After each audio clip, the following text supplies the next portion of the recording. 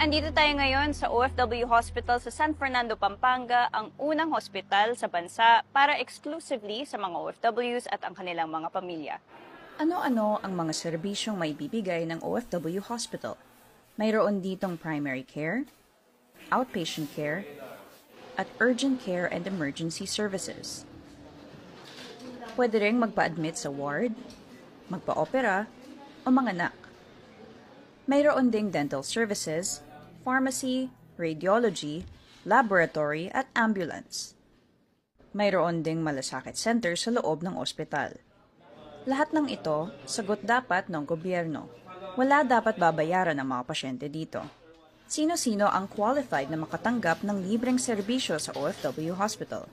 Una, ang mga active at inactive overseas Filipino workers, asawa ng OFW, mga magulang ng OFW, mga anak ng OFW, at mga menor de edad na kapatid ng isang OFW na wala pang asawa. Gusto mo bang magpa-check up? Silipin natin ang reception area kasama si Dr. Ralph Julius Mendoza, OFW Hospital Chief. Welcome to the ground floor of the OFW Hospital. So this is the reception area. So usually the first step ng patient, so papasok sila dyan.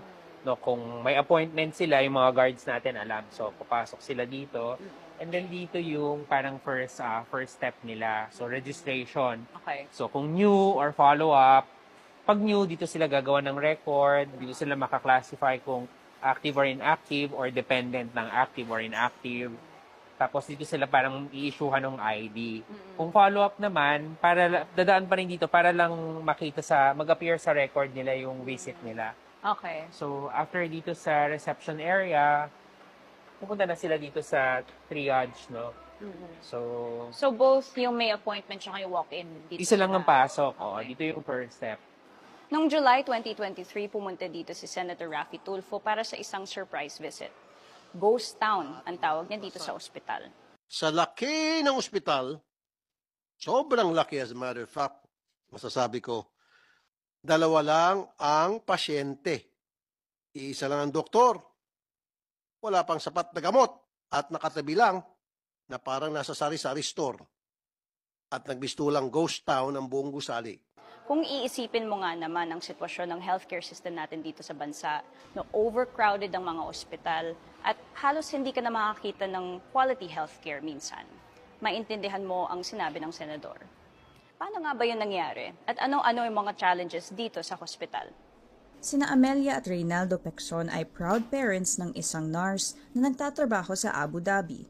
Nakilala namin sila habang nagfa-follow up appointment si Reynaldo para sa kanyang kidney.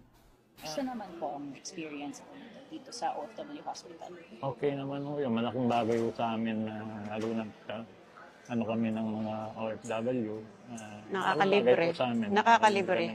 Nakakalibre kami ng laboratory, test at saka check-up doctor. Paano ba dati?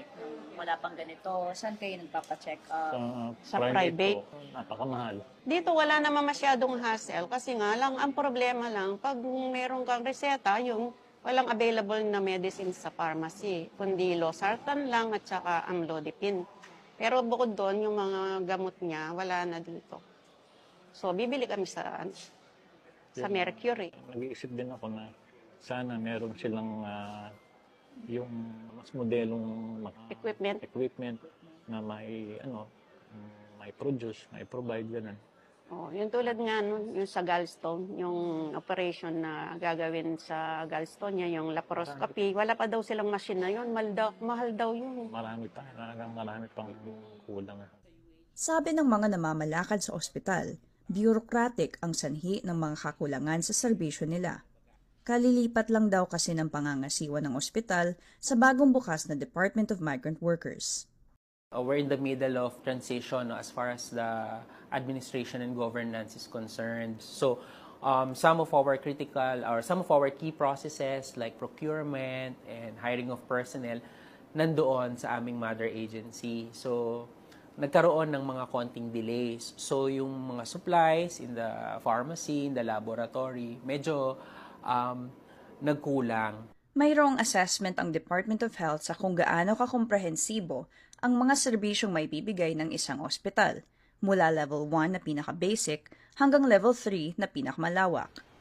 Level 2 ang unang lisensya na ibinigay ng DOH sa OFW Hospital pero na-downgrade na ngayon ito sa level 1. Hindi raw kasi nila kinayang magpatakbo ng intensive care unit o ICU. Muli, ang bureaucratic transition ang itinuro ni Mendoza na dahilan ng pagkukulang.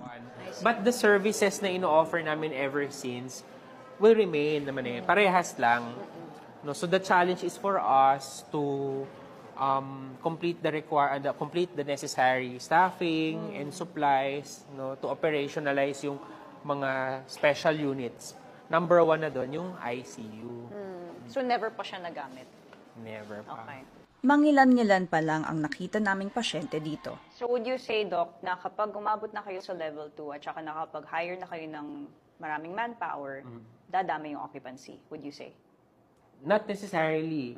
Pero, at least mas marami na kaming cases na pwedeng i-accommodate. Depende pa rin talaga sa influx ng mga pasyente. Marami pa man ang kulang.